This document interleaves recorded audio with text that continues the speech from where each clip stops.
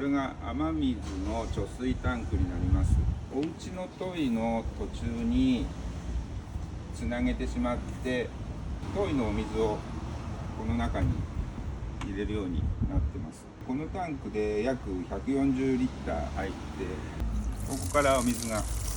出るようになりますので、災害の時なんかのトイレを流すお水とかに使ってもらえます。このタンクが200リッター以上になると、市によっては補助金の関係で少しお金が出るようなものになってます。